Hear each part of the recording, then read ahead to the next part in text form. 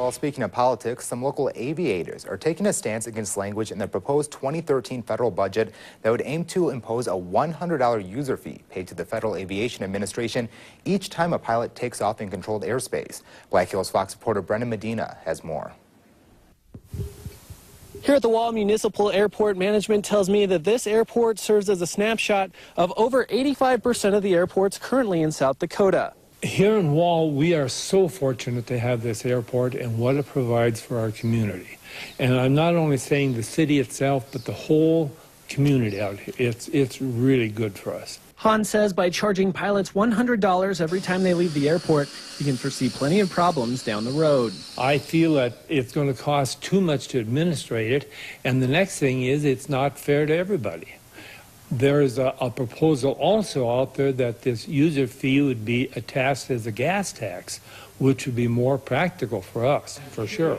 And it's not just recreational pilots that'll be affected.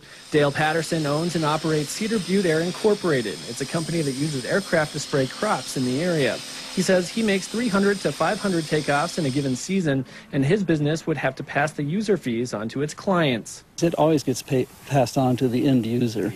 So I can't absorb that kind of cost. In my business, my particular business, takeoffs and landings are multiple per day. I mean, depending on the kind of work we're doing, we may make 30 takeoffs a day, or we may make 5 takeoffs a day, depending on the application rate we're doing. And so you can see how that can mount up tremendously. One of Patterson's clients is an area farmer who also has his pilot's license. Kevin Kerstad says he uses his plane to survey his expansive crops. He says rather than imposing user fees for pilots, it would be easier to just increase taxes within a system that's already in place.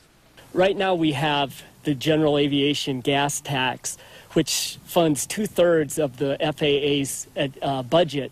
And, you know, that seems to me to be working quite well. I mean, if the FAA needs to increase their budget, we should just actually increase the gas tax.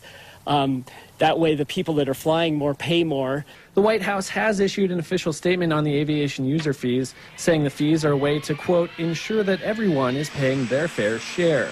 And while the aviation user fees remain within proposed legislation still making its way through Congress, the Alliance for Aviation Across America says they're maintaining a strong stance against it. For Black Hills Fox, I'm Brendan Medina.